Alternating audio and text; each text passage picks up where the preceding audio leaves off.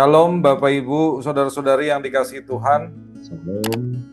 Kita berjumpa. Ya, kita berjumpa kembali di pendalaman Alkitab. Saat ini kita sudah sampai di Matius 21.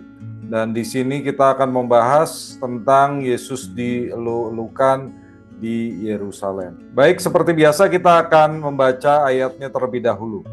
Ayat 1, ketika Yesus dan murid-muridnya telah mendekati Yerusalem dan tiba di Betfage di Bukit Zaitun, ia menyuruh 2 orang muridnya dengan pesan, "Pergilah ke kampung yang di depanmu itu, dan di situ kamu akan segera menemukan seekor keledai betina tertambat, dan anaknya ada di dekatnya. Lepaskanlah kedua keledai itu dan bawalah kepadaku.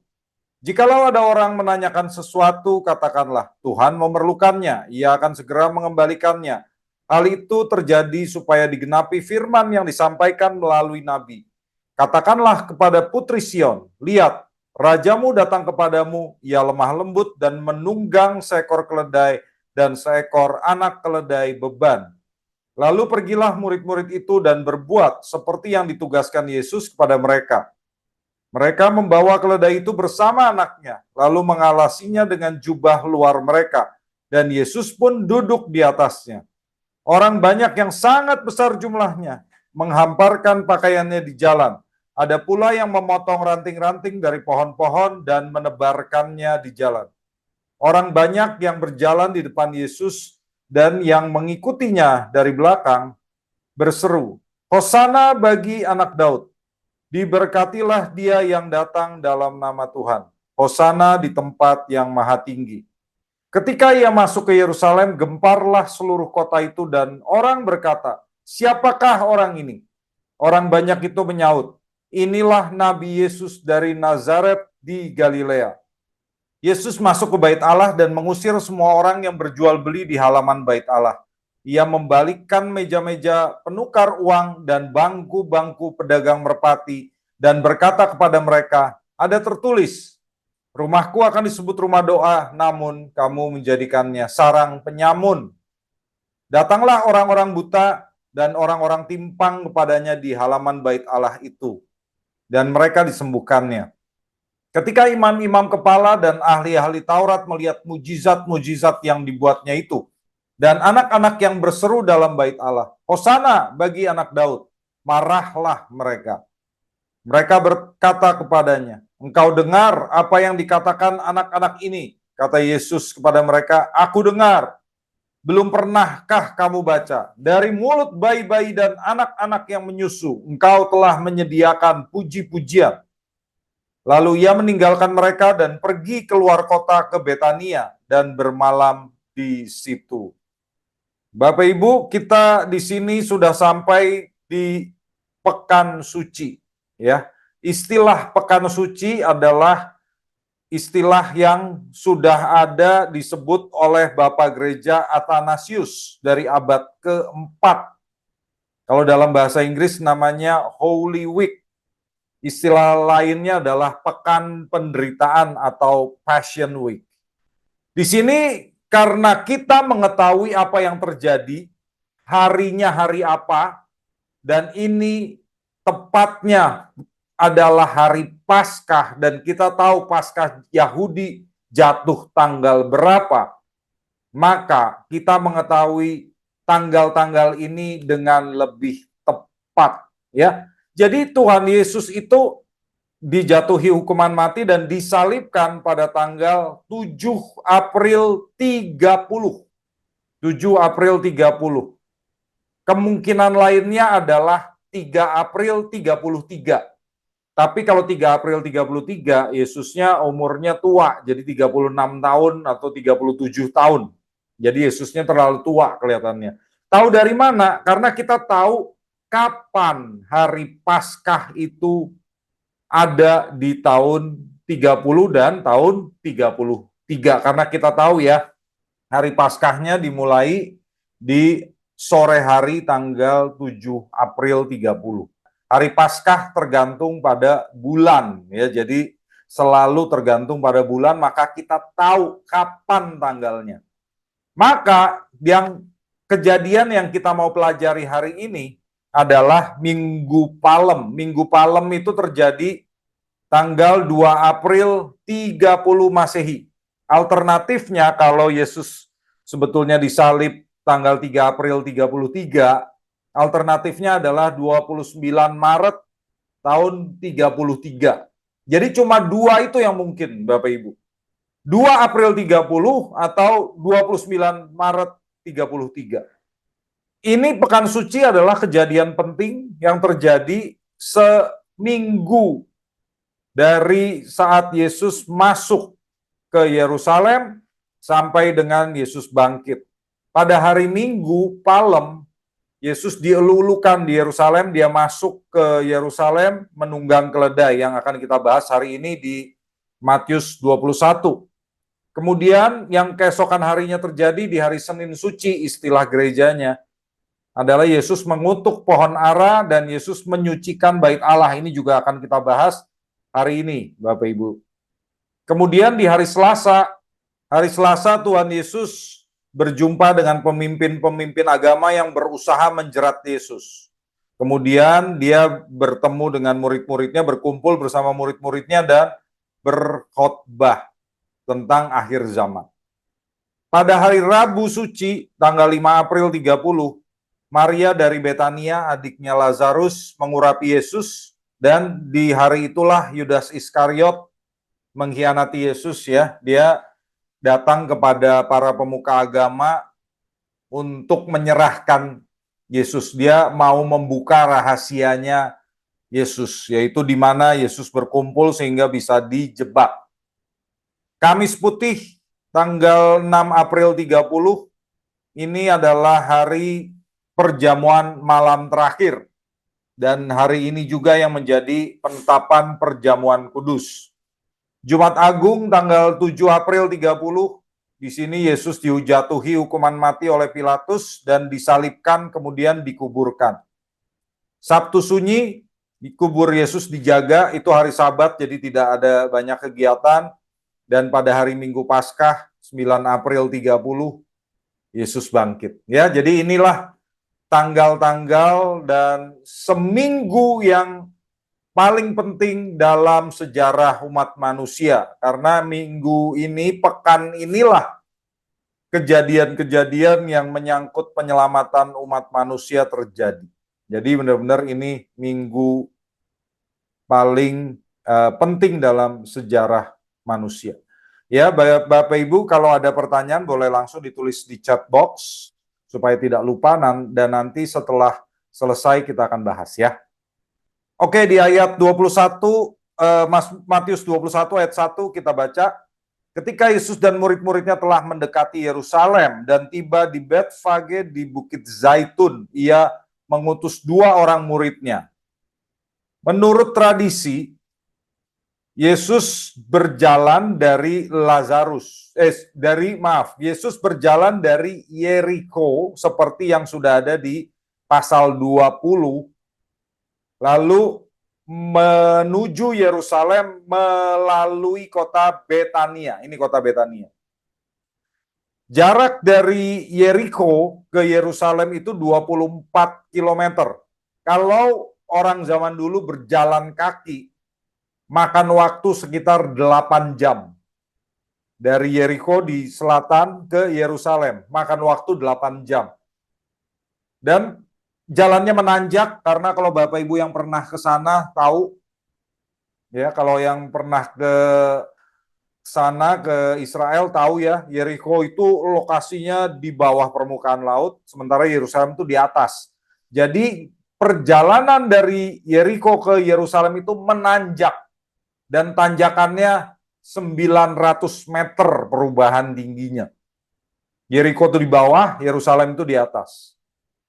Kalau orang berjalan di malam hari, jalan tersebut terkenal tidak aman. Banyak perampok. Makanya di Lukas 10 Yesus menceritakan perumpamaan tentang seorang yang dirampok di jalan tersebut dan ditolong oleh seorang Samaria, ya. Jalan itu sangat tidak aman kalau di malam hari. Nah, di sini menurut tradisi Yesus menginap di Betania, di rumah Lazarus untuk merayakan Sabat. Jadi Yesus sampainya di sebelum hari Sabtu. Jadi Yesus sampainya Jumat sore, karena hari Sabtu sudah Jumat pukul 6 sudah dianggap Sabat. Yesus sampai sebelum Sabat dan bermalam di rumah Lazarus untuk merayakan Sabat. Ya, Sabat itu bukan hari ibadah ya Bapak Ibu ya. Orang Yahudi ibadahnya setiap hari, tapi Sabat itu hari raya di mana mereka harus merayakan dan bersukaria di hari Sabat. Kemudian di hari Minggunya baru Yesus berjalan menuju Yerusalem, melanjutkan perjalanannya menuju Yerusalem. Kota yang disebut di ayat 1 itu Betfage, sebetulnya bukan kota, itu kampung kata ayat 2 ya. Jadi dia hanya sebuah kampung kecil dari Betani, jaraknya sekitar 1 kilometer. Kalau bahasa aslinya Betfage itu dari kata Betpagi, itu bahasa Aram, bukan bahasa Ibrani ya. Itu bahasa Aram, bahasanya Tuhan Yesus. Artinya rumah zaitun muda, arti Betfage itu. Kalau dari Betania 1 kilometer, dari Yerusalem jaraknya sekitar 2 kilometer. Betfage ini terletak di lereng Bukit Zaitun, ini Bukit Zaitun.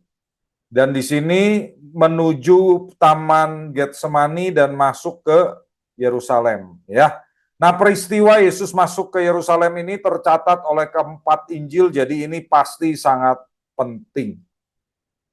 Lalu kita lihat apa yang terjadi kemudian di ayat 2 dan 3 dengan pesan, pergilah ke kampung yang di depanmu itu. Jadi jelas di Alkitab dikatakan Betfage itu cuma kampung, bukan kota besar ya.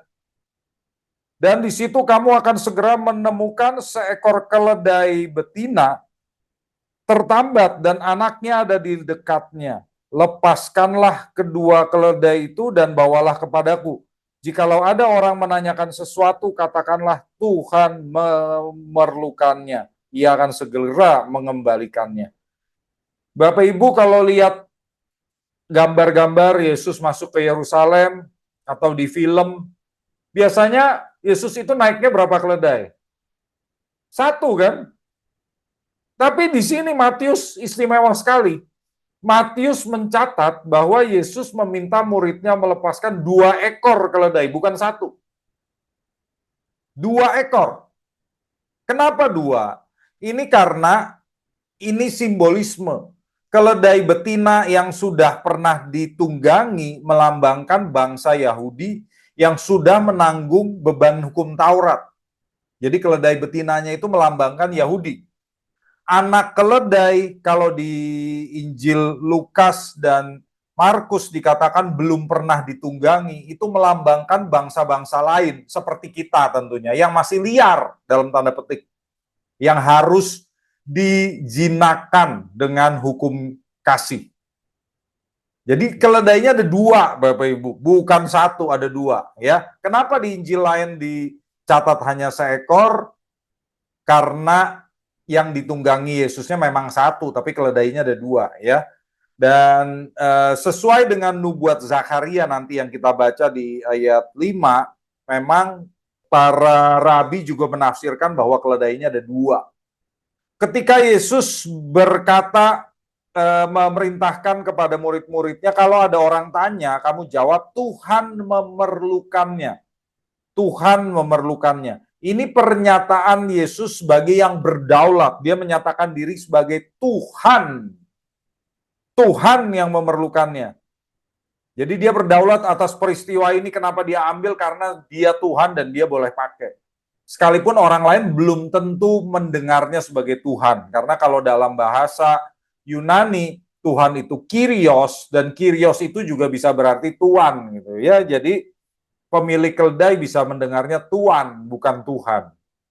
Tapi kalau dia mengerti Tuhan memerlukannya, Tuhan memerlukannya, dia tahu ini ada sesuatu yang besar dan ini menunjukkan kepada penggenapan nubuat. Jadi kalau orang itu orang Yahudi yang taat, dia mengerti hukum Taurat, maka dia tahu, oh ini nubuat sedang digenapi, maka dia akan kasih pasti keledai itu.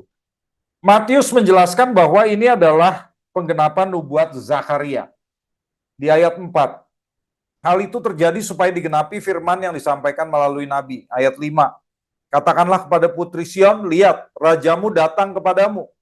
Ia lemah lembut dan menunggang seekor keledai dan seekor anak keledai beban. Nah, perhatikan ya, itulah ayat yang mendasari kenapa keledainya harus 2. Kalau di ayat Zakaria 9 ayat 9 yang mendasari nubuat ini, yang dikutip juga oleh Matius, kita perhatikan. Bersorak-soraklah dengan nyaring, hai putri Sion. Bersorak-sorailah, hai putri Yerusalem. Lihat, rajamu datang kepadamu, ia adil dan jaya. Ia lemah lembut dan menunggang seekor keledai. Seekor keledai yang muda, anak keledai betina. Kalau dalam bahasa Indonesia kita nggak begitu jelas, tetapi dalam bahasa Ibrani dikatakan ini, Al-Hamor Al-Ayir Ben Atonot. Artinya seekor keledai dan seekor keledai yang muda, anak keledai betina. Jadi ada kata Al-Ayir Ben Atonot. Nah di sini jadinya, karena ada kata dan, maka keledai ini bukan paralel. Jadi bukan ada keledai dan keledai yang muda ini sama, bukan. Karena ada kata dan, berarti nubuat ini mengharuskan ada 2 ekor keledai. Inilah alasannya mengapa Yesus meminta murid-muridnya membawa 2 ekor keledai, bukan cuma 1. Matius itu mencatat dengan detail seperti ini, ya. Tapi sesuai dengan apa yang dikatakan oleh Markus dan Lukas, keledai yang ditunggangi Yesus itu hanya yang anak, yang belum pernah ditunggangi orang. Jadi keledainya ada 2, tapi Yesus hanya naik 1. Masa Yesus naik 2 keledai, akrobat, begitu, yang enggak lah ya. Yesus naik 2 ekor keledai bersamaan, ya tidak begitulah, ya itu lucu. Tapi dia mengharuskan ada 2 ekor keledai. Nah, mengenai keledai sendiri, Bapak Ibu, keledai itu tunggangan penguasa di kala damai, ya. Kalau di Hakim-Hakim, kita bisa lihat di Hakim-Hakim 5 ayat 10, mari kita baca. Kamu yang menunggang keledai betina putih, kamu yang duduk di atas permadani, juga kamu yang berjalan di jalan, ceritakanlah hal itu.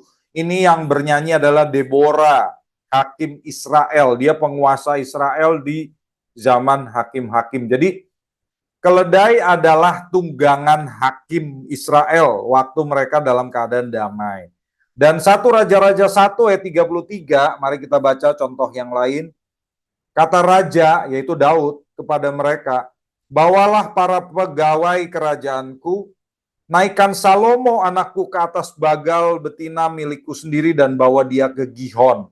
Waktu Salomo diurapi menjadi raja, Daud memerintahkan Salomo itu dibawa di atas bagal. Bagal itu anaknya kuda dan keledai. Jadi bukan kuda. Bukan kuda. Kalau kuda itu tunggangan perang. Kuda tunggangan perang. Yesus menunggang keledai karena di Zakaria 9 ayat 9 jelas dia adalah raja yang lemah lembut.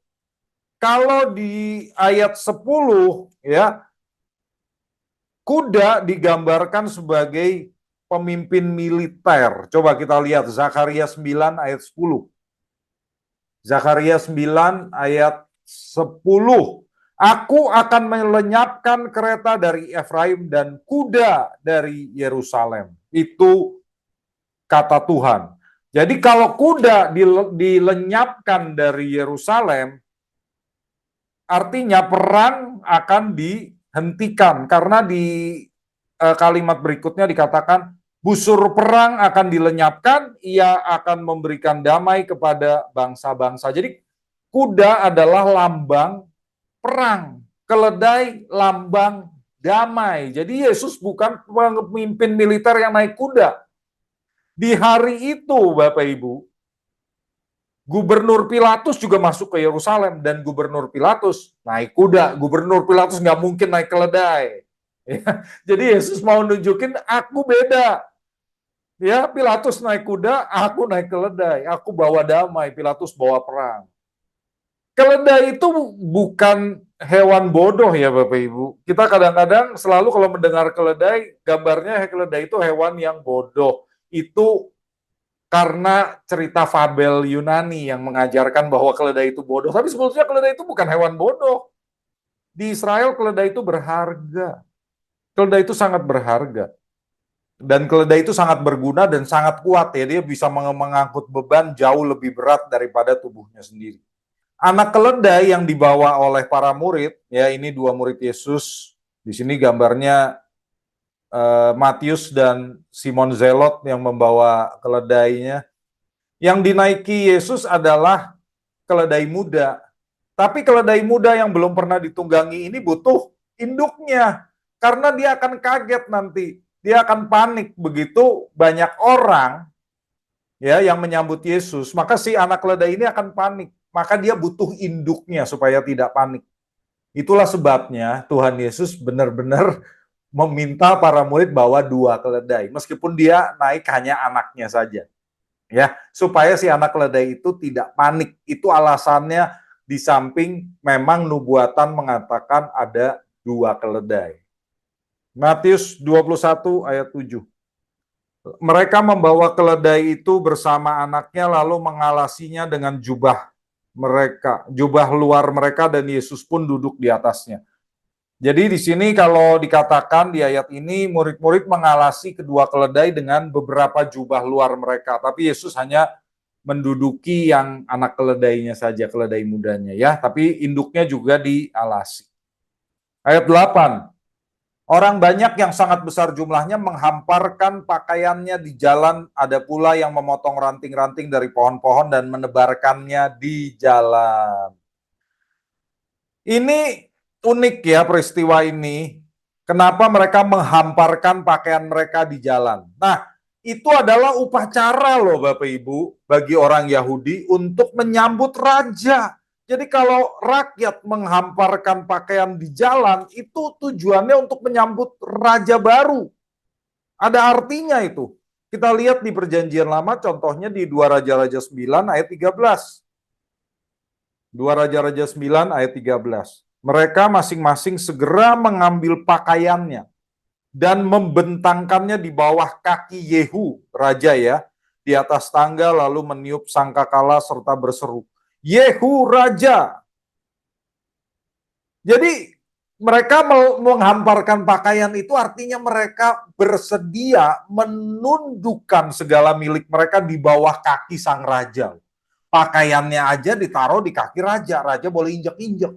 Artinya begitu. Jadi begitu mereka hamparkan pakaiannya di tanah, mereka mengakui Yesus itu raja mereka. Luar biasa loh, itu upacara. Ya. Kemudian ada daun-daun palem, daun-daun hijau tadi ya di Matius, kalau di Yohanes 12 ayat 13 dikatakan ya daun palem. Ini melambangkan nasionalisme Yahudi. Mengapa? Ini dimulai pada masa intertestamental, yaitu antara perjanjian lama dan perjanjian baru. Saat itu Israel ya dikuasai oleh Antiochus Epiphanes dari kerajaan Seleukid. Bangsa Yahudi itu memberontak dan merebut kekuasaan, dan bait Allah yang tadinya dinajiskan oleh orang Seleukid itu dikuduskan kembali. Dan pada hari penahbisan kembali bait Allah oleh pahlawan Yahudi yang namanya Yudas Makabe, itu di tahun 164 sebelum Masehi, mereka orang-orang rakyat membawa daun-daun palem. Ya, ini tercatat di Kitab Deuterokanonika, bukan Alkitab ya, ini ya di Kitab Deuterokanonika itu intertestamental antara perjanjian lama dan perjanjian baru, tulisan orang Yahudi. 2 Makabe 10 ayat 7. Dari sebab itu sambil membawa dahan cemara dan ranting-ranting hijau serta daun-daun palem, mereka melakukan berbagai nyanyian bagi Dia yang telah memperkenankan mereka untuk mentahirkan tempatnya sendiri. Ini penahbisan bait Allah ya yang dijadikan hari raya Hanukkah tanggal 25 Kislev. Yudas Makabe ini tokoh mesianik karena dia mengusir penjajah, yaitu Seleukid, dan akhirnya karena perjuangan keluarga Makabe, bangsa Yahudi sempat merdeka, ya, menjadi kerajaan yang namanya kerajaan Hasmonean. Dan nantinya bangsawan-bangsawan Hasmonean inilah yang jadi orang-orang kaya di zaman Yesus. Ya, jadi kerajaan Yahudi di Israel saat itu akhirnya berdirilah kerajaan Hasmonean sebagai hasil perjuangan dari Yudas Makabe dan keluarganya. Dan sejak itu juga daun palem itu melambangkan nasionalisme, sehingga koin-koin banyak gambarnya daun palem di zaman Yesus, ya. Oke, di ayat 9. Orang banyak yang berjalan di depan Yesus dan yang mengikutinya dari belakang berseru, Hosana bagi anak Daud, diberkatilah dia yang datang dalam nama Tuhan, Hosana di tempat yang maha tinggi.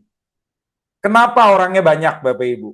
Karena mereka menyambut Paskah. Mereka harus datang ke Yerusalem untuk merayakan Paskah. Itu sudah diatur dalam hukum Taurat. Semua orang harus datang ke Yerusalem kalau hari Paskah. Dan ini Paskah ketiga ya bagi Yesus. Kalau di Yohanes kita lihat, Yesus datang ke Yerusalem untuk merayakan Paskah itu 3 kali. Itulah sebabnya dikatakan Yesus mengajar selama 3,5 tahun. Ada 2 jenis orang di ayat 9, yaitu orang yang berjalan di depan Yesus dan ada lagi yang berjalan di belakang Yesus. Yang mengikuti Yesus dari belakang itu murid-murid. Ya, murid-murid Yesus, bukan ke-12 murid saja, tapi orang-orang yang memang sudah percaya kepada Yesus. Ada yang lain. Dan orang-orang yang tertarik akan mujizat Yesus juga datang dari belakang.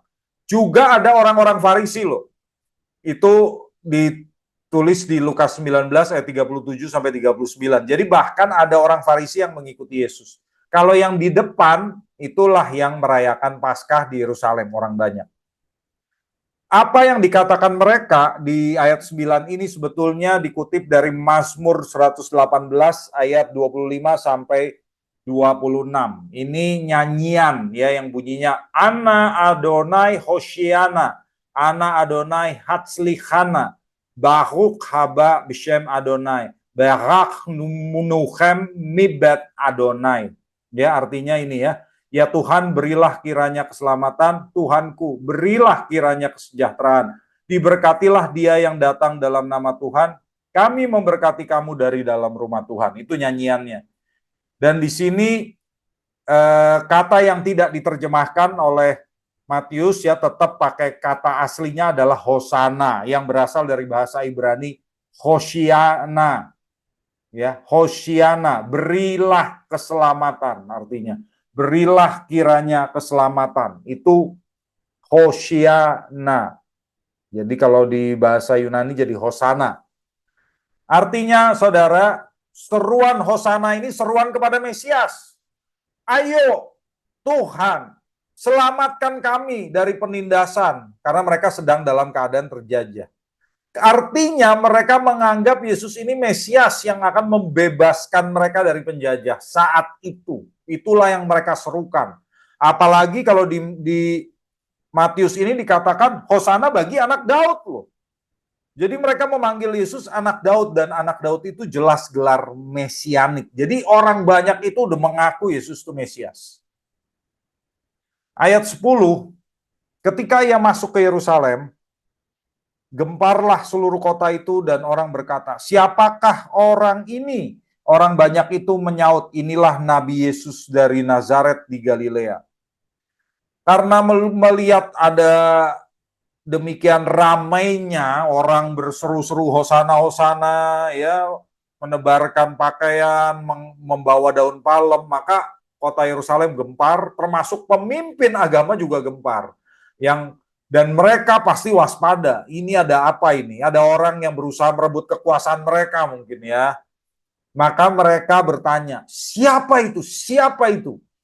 Penduduk Yerusalem juga banyak yang belum kenal Yesus sebagai Mesias. Jadi mereka juga bertanya-tanya. Pemimpin agama juga bertanya demikian karena mereka mau tanya, Yesus itu hendak memperkenalkan dirinya sebagai apa sih? Mesias kah? Gitu ya. Dan orang ternyata menyimpulkan Yesus itu nabi. Ini Nabi Yesus katanya dari Nazaret di Galilea. Tapi sebetulnya istilah nabi ini luar biasa Bapak Ibu. Karena ini menyangkut nabi eskatologis yang disebut oleh Musa dalam Ulangan 18 ayat 15. Ini juga nubuat tentang Mesias. Ulangan 18 ayat 15. Ini Musa yang berkata, seorang nabi dari tengah-tengahmu, dari antara saudaramu, seperti aku ini akan dibangkitkan bagimu oleh Tuhan Allahku, dialah yang harus kamu dengarkan. Jadi orang banyak ini mengenali Yesus sebagai nabi yang dijanjikan oleh Musa itu. Wah, luar biasa, saudara. Lalu ayat 12, di sini peristiwa yang berbeda, yaitu Yesus masuk ke bait Allah. Sebetulnya Yesus itu tidak masuk ke bait Allah di hari yang sama, saudara.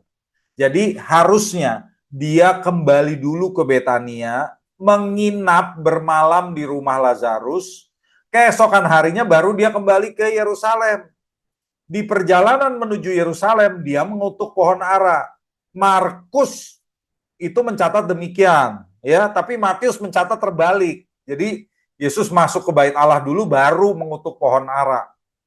Karena Matius mencatat secara topikal, dia mau menggabungkan ketika Yesus di bait Allah apa yang terjadi. Begitu, itu topiknya. Tapi kejadian sebetulnya adalah ini terjadi keesokan harinya.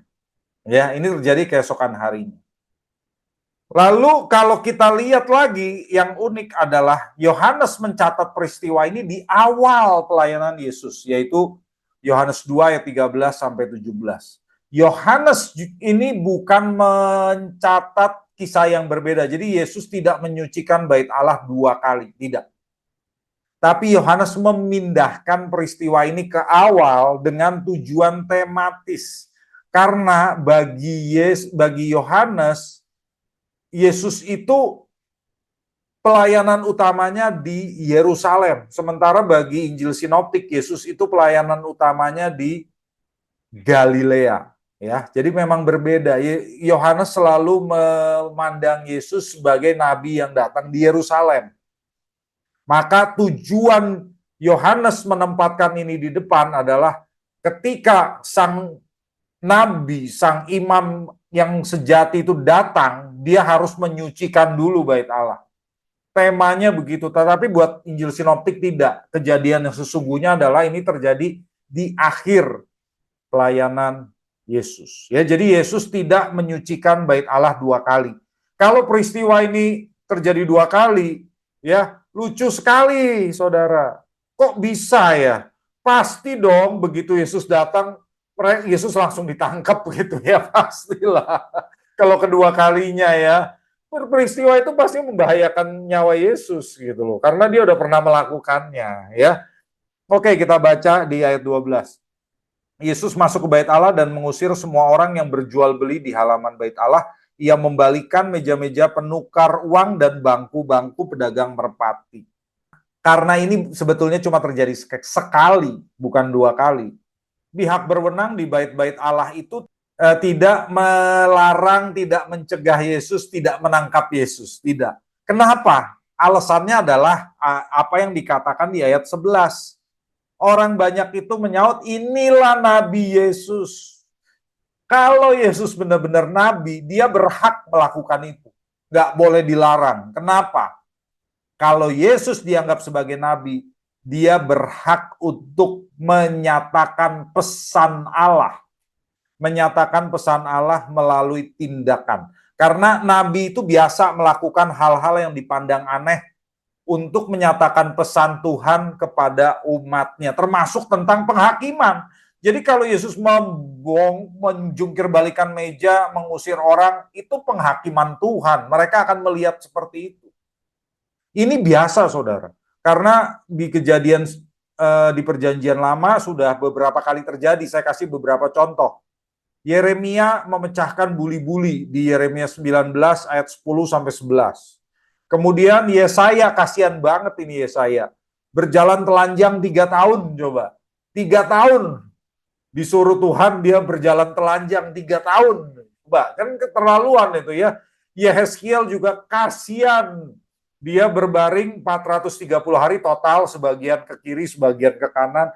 Dan selama 430 hari itu dia makan roti yang dibakar di atas kotoran sapi. Coba, kasihan banget enggak? Ya, roti najis. Coba, nabi itu biasa melakukan hal seperti itu. Jadi kalau Yesus dipercaya sebagai nabi, satpam bait Allah pasti ya udah nggak bisa berbuat apa-apa. Tapi sesudah kejadian itu, nabi bisa ditangkap. Enggak, contohnya Yeremia. Yeremia di 19 ini kan ceritanya Yeremia memecahkan buli-buli ya.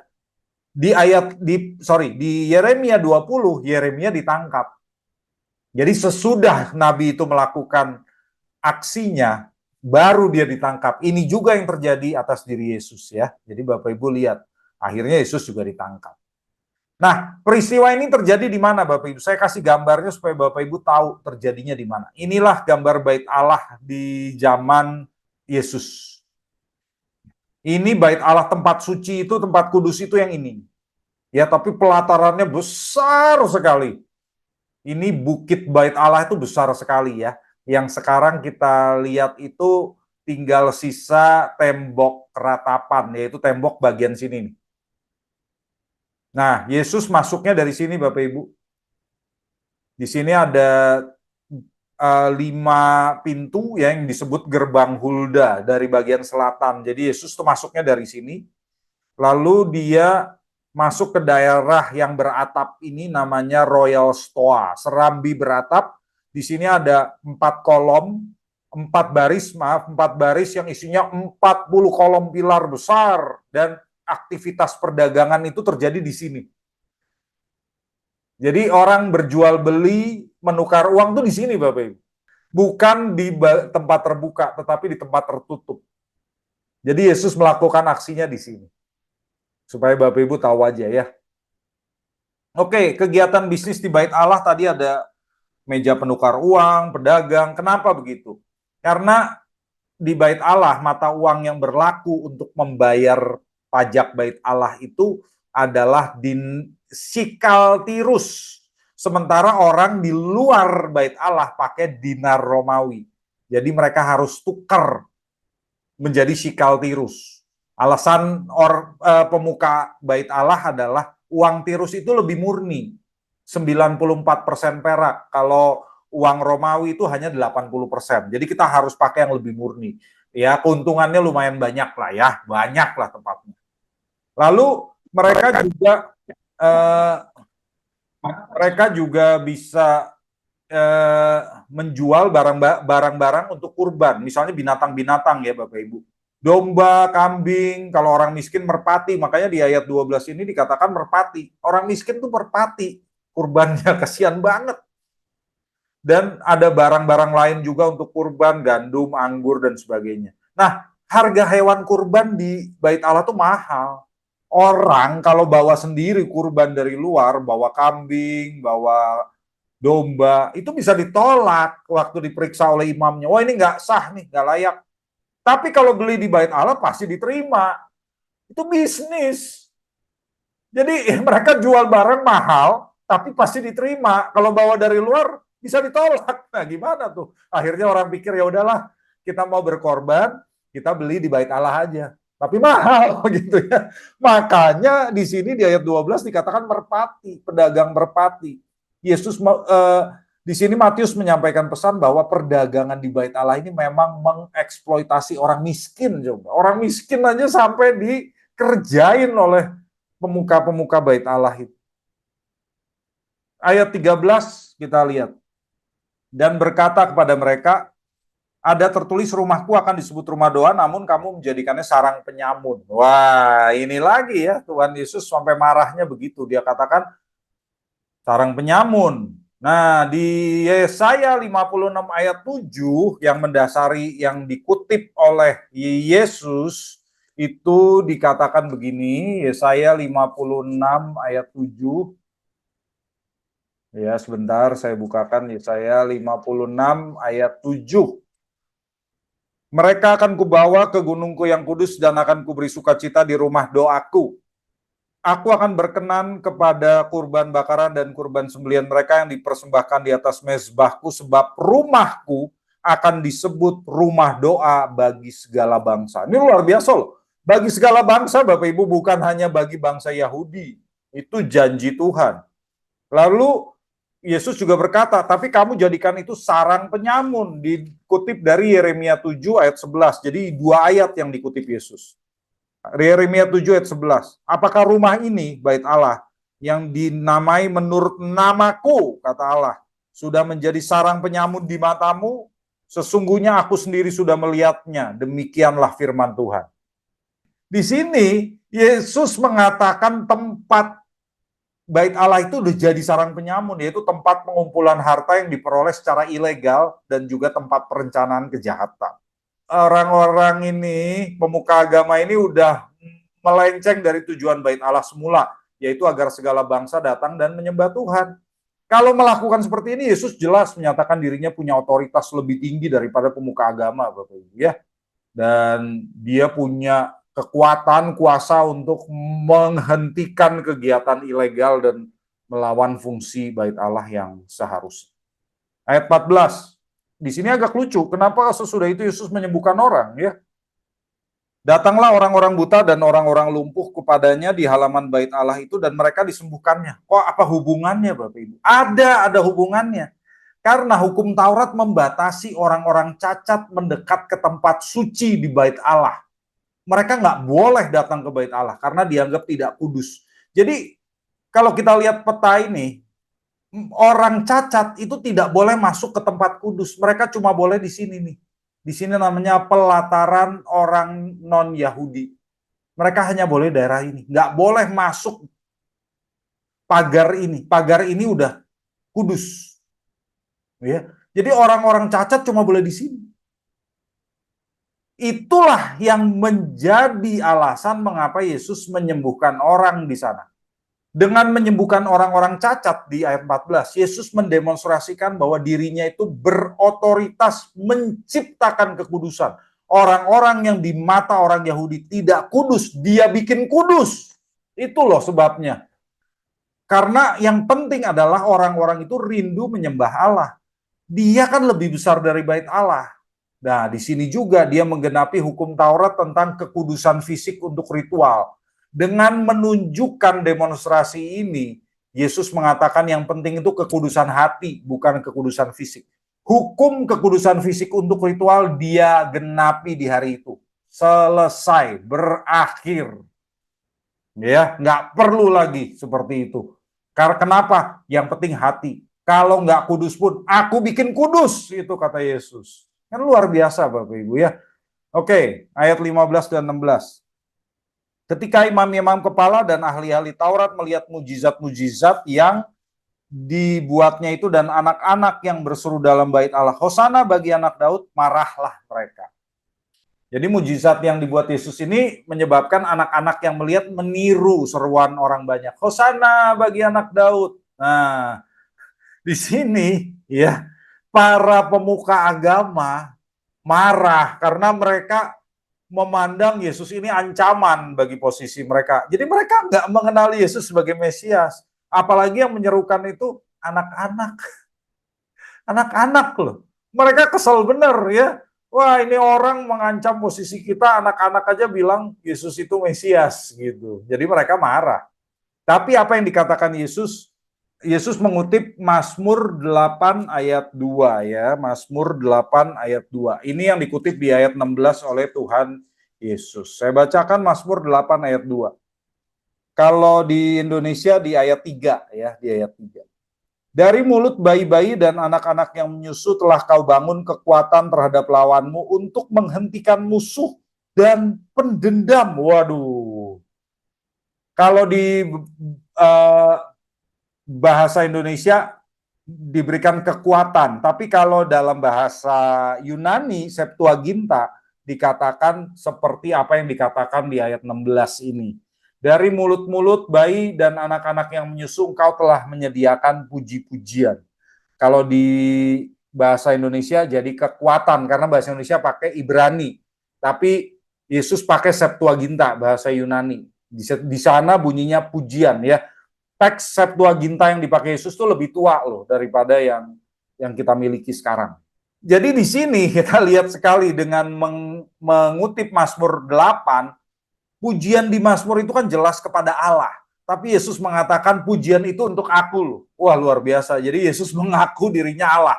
Kalau Bapak Ibu lihat ya, Yesus nggak pernah berkata aku Allah. Tapi dari tindakan dan kata-katanya orang ngerti bahwa dia ngaku dirinya Allah. Karena Mazmur 8 itu ditujukan kepada Allah dan dia ambil itu untuk dirinya sendiri. Dia terima itu pujian untuk dirinya. Dan dia juga mengkritik para pemuka agama sebagai musuh dan pendendam. Wah, marahlah dia. Kalau di Mazmur yang namanya musuh dan pendendam itu apa?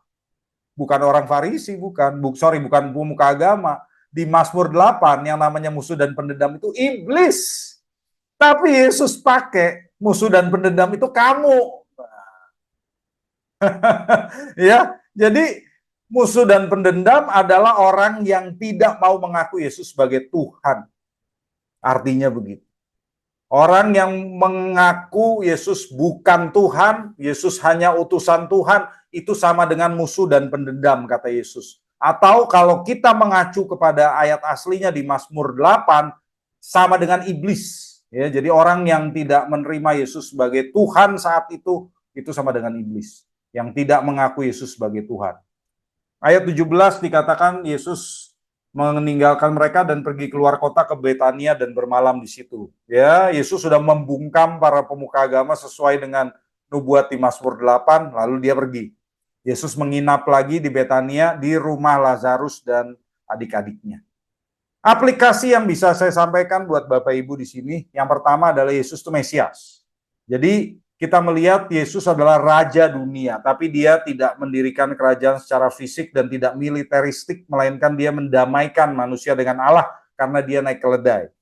Dua, Yesus itu Nabi, di sini jelas kata-katanya ya, yang dijanjikan oleh Musa yang menyatakan kehendak Allah dalam dirinya sendiri sebagai firman Allah dan bukan sekedar menyuarakan pesan Allah. Karena kalau Nabi selalu berkata, beginilah firman Tuhan. Yesus nggak pernah ngomong begitu. Yesus itu Nabi yang tidak pernah berkata, beginilah firman Tuhan. Kenapa? Karena dia sendiri firman Tuhan. Kalau Nabi selalu mengatasnamakan Tuhan, Yesus nggak pernah, karena dia sendiri Tuhan. Ya, jadi itulah yang membedakan Yesus dari nabi-nabi lain. Kemudian Yesus juga imam yang menyucikan bait Allah dan mengumumkan dirinya sebagai yang akan mempersembahkan kurban terakhir, yaitu tubuh dan darahnya, yang membuat manusia dapat berjumpa langsung dengan Allah. Inilah pelayanan kemesiasan Yesus yang kita lihat di Pekan Suci. Yesus itu Raja, Yesus itu Nabi, Yesus itu Imam. Baik, kita lihat aplikasi yang berikutnya, yaitu kekerasan hati. Orang-orang Yahudi di zaman Yesus, termasuk para pemuka agama itu, sebetulnya punya keistimewaan karena dia bisa melihat sendiri hadirnya Mesias. Tapi banyak dari mereka menolak Yesus. Kenapa? Keras hatinya dan agenda pribadi. Maka kita hati-hati Bapak Ibu. Kalau orang-orang Yahudi yang akhirnya kehilangan keistimewaannya, ya mereka lihat Yesus sendiri Mesias, tapi akhirnya mereka berseru, salibkan dia. Itu mereka orang-orang yang keras hati. Mereka nggak mau mengaku Yesus sebagai Tuhan dan Juru Selamat. Dan akhirnya mereka terbuang. Maka yang harus kita renungkan adalah ketika kita datang kepada Yesus, kita punya agenda pribadi nggak? Seperti pemuka-pemuka agama itu. Jangan sampai kita punya agenda pribadi. Dan kedua, apakah kita masih keras hati? Sekalipun Yesus sudah sangat jelas menyatakan diri sebagai Tuhan. Bukan diangkat jadi Tuhan waktu dia mati. Bukan. Saat itu, waktu dia belum mati, dia sudah menyatakan dirinya Tuhan. Dia Juru Selamat. Masihkah kita nggak percaya? Kalau nggak percaya, ya nanti akan terbuang seperti orang-orang Yahudi ini, Bapak Ibu ya. Dan di aplikasi yang terakhir adalah penyembahan yang tulus. Dengan peristiwa Yesus masuk ke Yerusalem dan masuk ke Bait Allah, kita melihat bahwa Bait Allah telah gagal jadi rumah doa bagi segala bangsa. Karena ritual agamawinya telah menggantikan penyembahan yang tulus kepada Allah. Apakah waktu kita menyembah, melayani Allah itu kita sudah tulus, atau kita masih menyimpan kemunafikan seperti para pemuka agama itu dengan melakukan rutinitas agamawi dan melayani diri sendiri. Kalau kita cuma rutinitas saja, ya kita jadi seperti pemuka agama itu. Jangan-jangan kita malah berbisnis di bait Allah seperti mereka. Ya, jangan sampai itu kita lakukan, Bapak Ibu.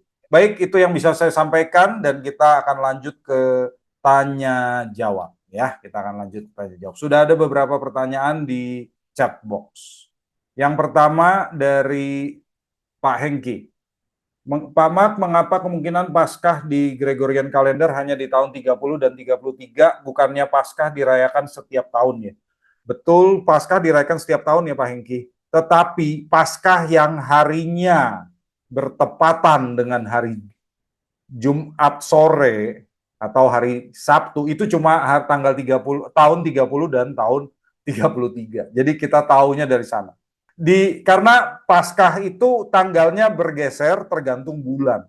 Jadi Paskah Yahudi yang jatuh di Jumat sore, Sabtu pagi itu hanya tahun 30 dan tahun 33 di zaman Yesus. Maka tanggal itulah yang mungkin sebagai tanggal kematian Yesus. Beberapa pakar biasanya mengatakan tahun 33 ya, tapi kalau kata saya sih lebih mungkin tahun 30, karena kalau tahun 33 Yesusnya terlalu tua. Baik, pertanyaan kedua dari Diki. Pak Mark, kenapa harus seminggu? Apakah ada makna dari seminggu itu sendiri? Ya, ini simbolisme ya, Diki ya. Simbolisme karena Tuhan di kitab Kejadian menciptakan alam semesta, langit dan bumi dalam 7 hari. Ya, jadi dengan demikian dia juga menunjukkan pekan suci yang demikian bermakna ini ada 7 hari juga. Jadi saya kira itu hanya simbolisme saja ya. 7 hari sesuai dengan hari penciptaan, dan angka 7 juga melambangkan kesempurnaan. Jadi melambangkan kisah karya keselamatan Yesus yang sempurna. Itu hanya simbolisme saja. Oke, terima kasih Diki. Ya, silakan Bapak Ibu kalau ada pertanyaan yang lain boleh unmute mic-nya, boleh langsung bertanya. Silakan. Ya. Agak rumit ya Pak. Agak rumit ya Pak. Iya. Hari ini kayaknya harus diulang dulu Pak berbukanya. Iya, Rumit Pak nanti bener. perlu didengar dari YouTube Pak rekamannya ya. di YouTube. Ya, nanti Ya, lebih jelas lagi ya. ya Pak. Terima kasih Pak. Iya Pak Erik. Dari Pak Luki, apakah dengan sisa tembok ratapan menunjukkan secara arkeologi Masjid Al-Aqsa menempati wilayah Bait Allah? Iya, betul sekali Pak Luki ya. Jadi Masjid Al-Aqsa itu menempati Bait Allah, tetapi bukan persis di atas Bait Allahnya. Dia adanya di pelataran Bait Allah. Kalau yang persis di atas Bait Allah itu adalah Dome of the Rock, ya, kubah batu. Yang kalau di Israel kita tahu lah ya, yang kubah yang warnanya biru itu. Nah, itu persis di atasnya Bait Allah. Itulah sebabnya orang Yahudi itu tidak berani ke sana. Ya, takutnya itu ruang Maha Kudus gitu loh. Ya, gitu ya Pak Luki. Jadi betul, betul. Masjid Al-Aqsa itu menempati Bukit Bait Allah. Jadi dia ada di Bait Allah. Tapi didirikan setelah Bait Allah dihancurkan oleh orang Romawi. Baik, ada lagi Bapak Ibu? Ya, Ya, Pak Edwin malam, Pak Mas. silakan. Ya. Mohon dijelaskan ulang, Pak. Saya tadi kurang nangkep itu. Waktu Tuhan Yesus menunggang balikan pedagang-pedagang di Bait Allah itu, di Ya. sisi yang mana, yang bagian atasnya itu atau yang tadi saya kurang jelas, Pak. Terima kasih. Baik, Pak. Oke, saya share kembali ya. Jadi begini, Bapak Ibu, Yesus masuknya dari bagian selatan. Ya, di sini ada pintu-pintu yang disebut gerbang Hulda, dan bagian yang tertutup ini yang beratap, ini namanya Royal Stoa. Disinilah terjadinya kegiatan komersial di Bait Allah. Jadi di bagian yang beratap ini. Ya, Yesus masuk sini, dia ketemu kegiatan komersial, baru kemudian dia masuk ke dalam, dia bertemu dengan orang-orang cacat. Begitu, Pak Edwin. Jadi di bagian selatan. Oh ya, itu berarti ada banyak pintu itu. Berapa pintu? 5 ya? Ada lima pintu di sini. Iya, iya. Iya, kalau di utara nggak mungkin karena ini Benteng Antonia, ini Istana Pilatus. Kalau Pilatus sedang di Yerusalem, dia tinggal di sini. Benteng Antonia. Berarti cukup lebar juga ya, cukup luas ya tempat penjualannya. Luas sekali. Bait Iya, Allah itu memang besar sekali, makanya iya besar sekali. sangat mengagumkan di zaman itu ya. Hmm. Herodes yang buat kan ini. Dulunya Bait Allah di zaman Zerubabel itu kecil dan nggak bagus. Lalu Herodes yang renovasi jadi semegah begini. Yang tembok ratapan itu yang sisi baratnya itu ya? Sisi barat, daerah sini. Oh, iya, oke, oke. Iya, iya. Jadi bukan tempat suci ya, tempat sucinya Iya, sendiri. iya. Inilah yang jadi Dome of the Rock itu di sini. Dome of the Rock, iya, iya, benar. Iya. Iya, Sementara Masjid Al-Aqsa itu di sini kelihatannya, di selatan. Hmm. Ya, Dome of the Rock di tengah, di tempat kudus, tempat suci, dan tembok ratapan di sini. Hmm. Iya, iya, iya. Iya. Ada Oke, lagi Bapak Ibu? Pak Mar, terima kasih. Oke, Pak Edwin. Ada lagi Bapak Ibu? Iya, dari Pak Hengki. Jadi sebelum zaman Yesus tuh Bait Allah tidak dijadikan tempat bisnis kah? Saya kira bisnis ini baru terjadi ya setelah kerajaan Hasmonean. Jadi ketika Yesus ada di Bait Allah, memang Bait Allah sudah dipakai untuk berbisnis secara ya inilah menyusahkan orang miskin gitu ya. Jadi sebetulnya kalau bisnisnya nggak korupsi gitu ya, nggak menyusahkan orang miskin, mungkin Yesus juga nggak keberatan sih. Ya, kalau memang gini loh, orang tidak punya hewan gitu ya, lalu dia mau memberikan kurban, di sana ada yang jual, mungkin itu nggak apa-apa gitu loh. Tetapi masalahnya harganya itu jadi nggak masuk akal dan mereka ngakalin kalau belinya di luar nggak sah, harus beli di sini. Jadi bisnis yang menyusahkan orang miskin. Makanya di sini dikatakan pedagang merpati karena itu kurban buat orang miskin. Lalu mereka bikin aturan yang gangga gitu ya, harus tukar uang gitu, uang yang di luar tidak berlaku. Itu kan semua buat korupsi, itu masalahnya. Dan itu sudah terjadi sebelum peristiwa ini. Cuma Yesus baru menyatakan di sini aja karena dia memang mau menyatakan otoritasnya sebagai Mesias yang berhak mau mengobrak-abrik itu semua gitu, Pak. Ada lagi Bapak Ibu? Ya. Thank you Pak Mak ya, thank you. Ya. Ada lagi Bapak Ibu? Dari Diki. Apakah benar orang yang mengeluh-elukan Tuhan Yesus, dia juga yang menyerukan salibkan dia? Apakah orang-orang di Yerusalem ini mudah terhasut? Jadi begini ya, yang menyerukan salibkan dia itu kan orang-orang Yerusalem ya. Kalau murid-murid Yesus tentu tidak akan terpengaruh. Murid-murid Yesus itu yang di belakang. Yang di depan ini orang-orang Yerusalem yang belum kenal Yesus, tapi mendengar orang mengeluh-elukan Yesus, mereka ikut-ikutan. Jadi mereka ikut-ikutan melihat, wah ini Mesias datang ya naik keledai. Mereka ikut juga Hosana. Jadi orang-orang yang mengatakan salibkan dia itu adalah orang yang melihat Mesias datang ya, tetapi kemudian kecewa karena Mesias ini ternyata dihukum mati. Maka mereka berseru salibkan dia. Jadi yang di depan, kalau tadi di Matius 21 kan ada dua jenis ya orangnya. Di ayat 9 itu ada yang di depan Yesus dan ada yang di belakang. Yang di depan ini yang berseru salibkan dia. Kalau yang di belakang tidak. Jadi orang ini mudah terhasut, iya karena mereka belum mengenal Yesus secara dalam ya. Belum benar-benar mengenal Yesus seperti murid-murid yang mengikuti dia di belakang. Jadi mereka lebih ke euforia ikut-ikutan saja. Oke, Bapak Ibu, saya kira untuk malam ini cukup ya. Kita akan mengakhiri. Bagi saudara-saudari yang terpanggil untuk mendukung pelayanan Elevate dapat memberikan persembahan ke rekening BCA nomor 319 025 1585 atas nama GBI The City Tower. Saudara dapat pula men-scan QR Code yang tampil di layar dengan aplikasi-aplikasi yang mendukung Kris.